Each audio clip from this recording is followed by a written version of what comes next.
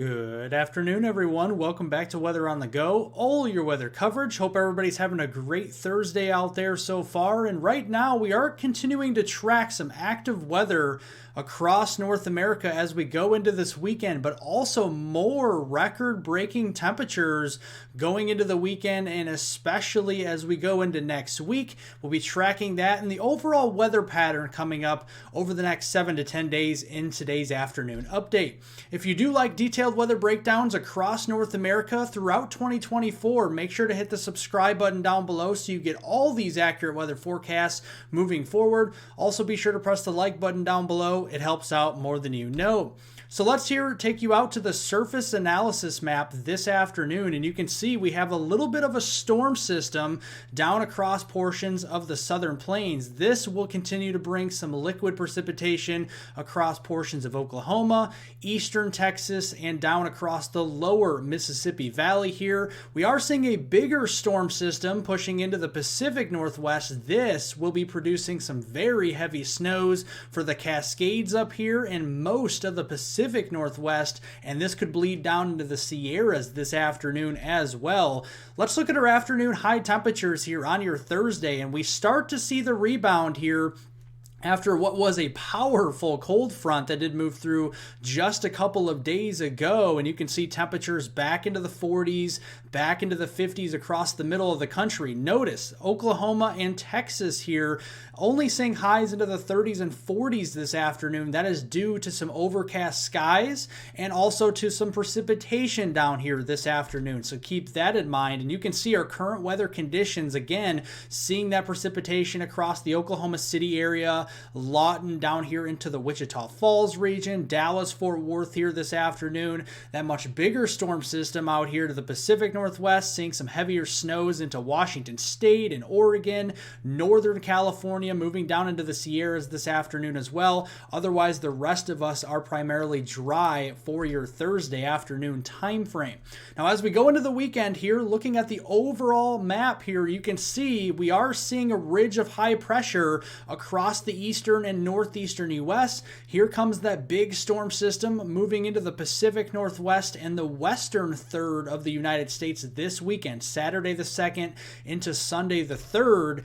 And ahead of that, we're going to be seeing some more record-breaking warmth. You can see across the Great Plains and really east toward the Mississippi Valley, the eastern U.S., a lot of these areas will be well above normal with our temperature anomalies on Saturday and on Sunday. Look at how far above normal we go on Sunday across the upper Midwest. Some areas into Minnesota, Iowa, northern Missouri, into Wisconsin and Illinois. A lot of these areas 30 to 40 degrees above the norm for that time of year once we get to that Sunday, March 3rd time frame. So let's look at those weekend high temperatures. So as we go into Saturday, 50-degree line moves further north into the upper Midwest again. We're up to 52 in Minneapolis, St. Paul, 60 there, or just about into the Des Moines, Iowa area at 59.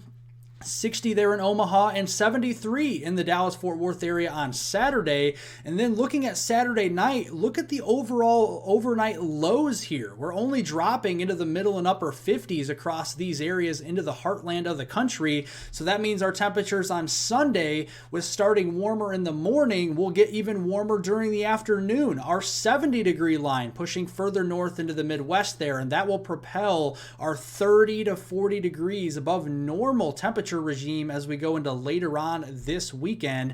But it will come at the cost of another big storm system. So when you have another big warm up across the country, you always have to look across the west. And here we go. We got some very heavy precipitation, likely most of this snow across the west into the Pacific Northwest, the Cascades, the Sierras, seeing some very heavy snows on Friday, heavier rains for western portions of California here.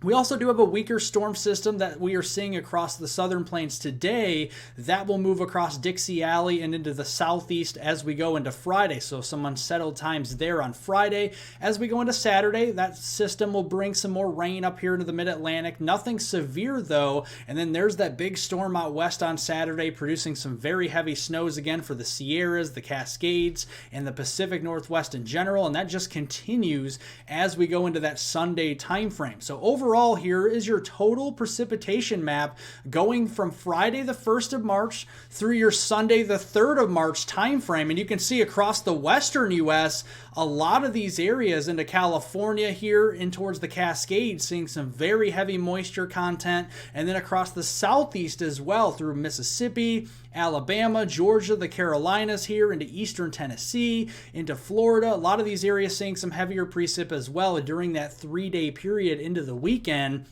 And look at the snowfall prospects.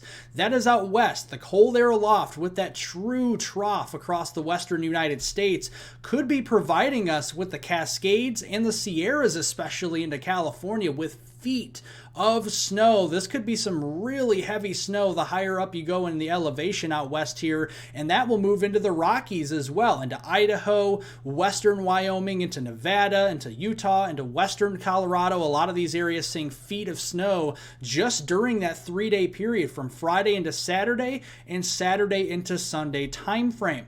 Now, as we go into early next week, all that energy out west will progress further east across the United States.